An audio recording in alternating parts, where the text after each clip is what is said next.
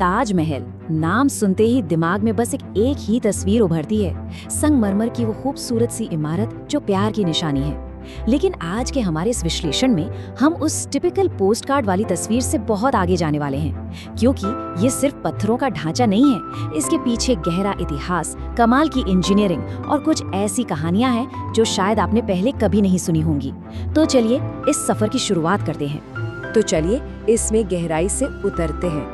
आज के इस विश्लेषण का रोड मैप कुछ इस तरह होगा। पहला, शोक से उत्पत्ति। दूसरा, सममितीय डिजाइन यानी सिमेट्रिकल डिजाइन। तीसरा, भव्य निर्माण। चौथा, इसका प्रतीकवाद। और पांचवा, इससे जुड़े मिथकों का खंडन। तो शुरुआत करते हैं हमारे पहले भाग से, शोक से जन्मा एक स्मारक। देखिए, ये कहानी सिर्फ ईंट और गारे की नहीं है। ये कहानी है एक ऐसे दुख की जिसने इस विशाल ढांचे की नींव रखी। जरा सोचिए, 1631 में मुमताज महल के निधन के बाद सम्राट शाहजहां का दुख कितना गहरा रहा होगा। इसी बहुत बड़ी त्रासदी ने एक ऐसे जुनून को जन्म दिया जो दशकों तक चला। 1632 में इसका निर्माण शुरू हुआ, 1648 में जाकर मुख्य मकबरा पूरा हुआ और इसके आसपास का पूरा कॉम्प्लेक्स 1653 में जाकर तैयार हुआ। मतलब इसे बनाने में लगभग एक पूरी पीढ़ी का समय लग गया। और ये बात बहुत ही सटीक तरीके से दर्शाती है कि सम्राट के दुख की गहराई आखिर क्या थी। आपको जानकर शायद हैरानी होगी कि जमीन का अधिग्रहण करने से पहले शाहजहां ने पूरे 2 साल तक हर तरह के संगीत, राजकाज और यहाँ तक कि अपने शाही लिबासों का भी पूरी तरह से त्याग कर दिया था। ये कोई मामूली शोक नहीं था।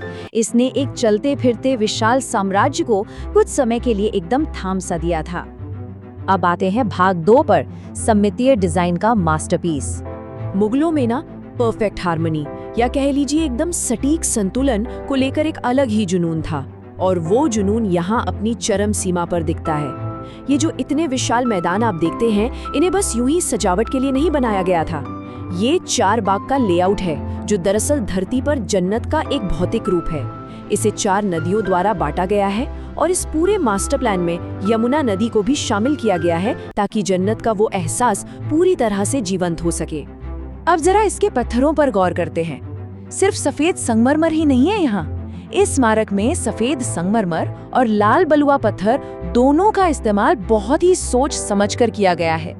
सफेद संगमरमर आध्यात्मिकता, आस्था और शांति का प्रतीक है। वहीं दूसरी तरफ लाल बलुआ पत्थर हमारी इस दुनिया, संसारिक जीवन और बाजारों का प्रतीक है। मतलब उन्होंने बड़ी ही चतुराई से हमारी रोजमर्रा की भागदौड़ वाली दुनिया को आध्यात्मिक शांति से अलग कर दिया। अब जो सबसे दिलचस्प बात है वो ये है कि 17वीं सदी के इंजीनियर कितने ज्यादा चतुर थे। देखने में भले ही आपको लगे कि ये चारों मीनारें बिल्कुल सीधी खड़ी हैं, पर असल में ऐसा है नहीं। वो थोड़ी सी बाहर की ओर झुकी हुई हैं। क्यों? ये एक कमाल का सेफ्टी फीचर था, ताकि अगर कभी भूकंप आ जाए या किसी वजह से मीनार गिरे तो वो मुख्य मकबरे पर ना गिरकर बाहर की तरफ गिरे। है ना एकदम जीनियस। लेकिन इस पूरे परफेक्ट सिमेट्री में ना एक बहुत बड़ी विडंबना भी छिपी है। 1666 में जब शाहजहां को यहाँ दफनाया गया तो उनका बड़ा मकबरा मुमताज के मकबरे के ठीक बगल में रख दिया गया, और इसी के साथ इस इमारत की वो पूर्ण सम्मिति हमेशा के लिए टूट गई, जिसे इतनी बारीकी और मेहनत से बनाया गया था। आज पूरे ताजमहल में सिर्फ यही एक ऐसा हिस्सा है जो सिमेट्रिकल नहीं है। आगे बढ़ते हैं भाग 3 की तरफ, भव्य निर्माण की उपलब्धि। इस 17 हेक्टेयर के विशाल कॉम्प्लेक्स को बनाने में जो लॉजिस्टिक्स और मानवीय मेहनत लगी थी, वो आज के समय में भी किसी को भी हैरान कर सकती है। 1653 में इस पूरे निर्माण की अनुमानित लागत करीब 3 करोड़ 20 लाख रुपए थी। सुनने में शायद आज ये रकम कम लगे, लेकिन अगर आज की मुद्रा में इसका हिसाब लगाएं तो ये 80 करोड़ अमेरिकी डॉलर से भी कहीं ज्यादा बैठती है। मतलब खर्च की कोई परवाह ही नहीं की गई थी। जाहिर है इतने बड़े सपने को सच करने के लिए कोई छोटी मोटी टीम से काम नहीं चलने वाला था।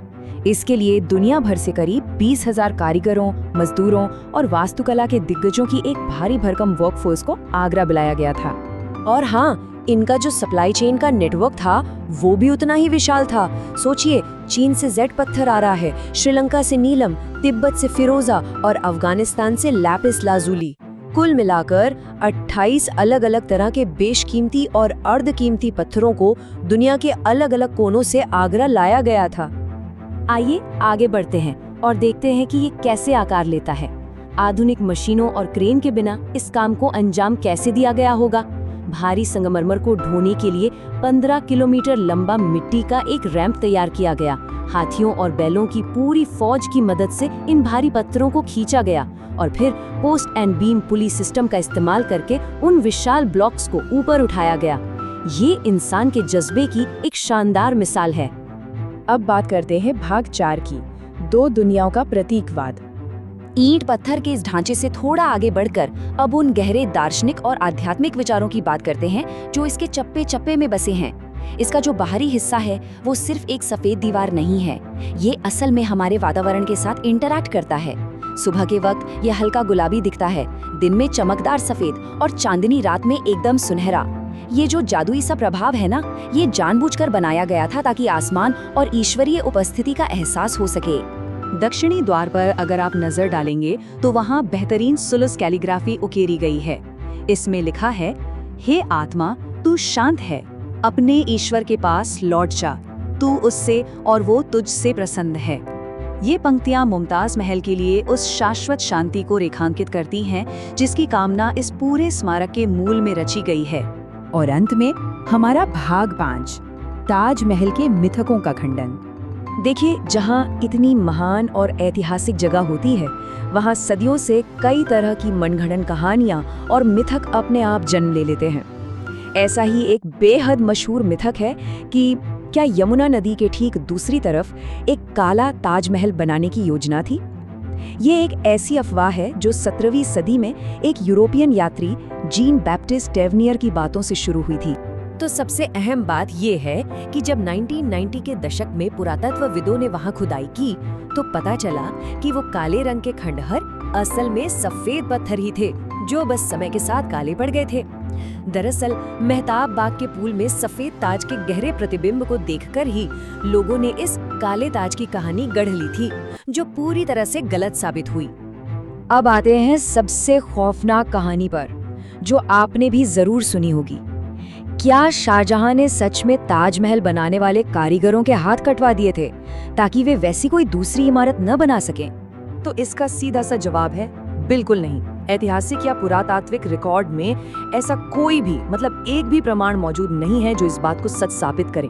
अंग भंग करने या किसी क्रूर कॉन्ट्रैक्ट के दावे पूरी तरह से मनगढ़ंत है। इतिहास में इसका कोई आधार नहीं है, ये बस एक अफवाह है जो बेवजह सदियों से चलती आ रही है। 17वीं सदी के इतिहास और इन मिथकों से अगर आज के वर्तमान में लौटे तो ताजमहल आज एक बिल्कुल अलग तरह की लड़ाई लड़ रहा है।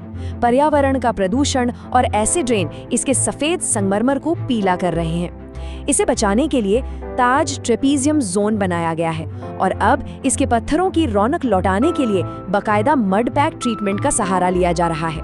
इस पूरे विश्लेषण के अंत में एक बहुत ही गहरा सवाल हमारे सामने आता है। आधुनिक प्रदूषण का खतरा जिस तेजी से बढ़ रहा है, ऐसे में हमारी आने वाली पीढ़ियां इस नाजुक और समृद्ध मास्टरपीस को कैसे बचा पाएंगी? क्या हम भारत की इस सबसे बड़ी धरोहर को उसी रूप में सहेज कर रख पाएंगे जैसी ये सदियों पहले थी? ये एक ऐसा सवाल है जिस पर हम सबको गहराई से सोचना होगा। आज के इस विश्लेषण में बस इतना ही।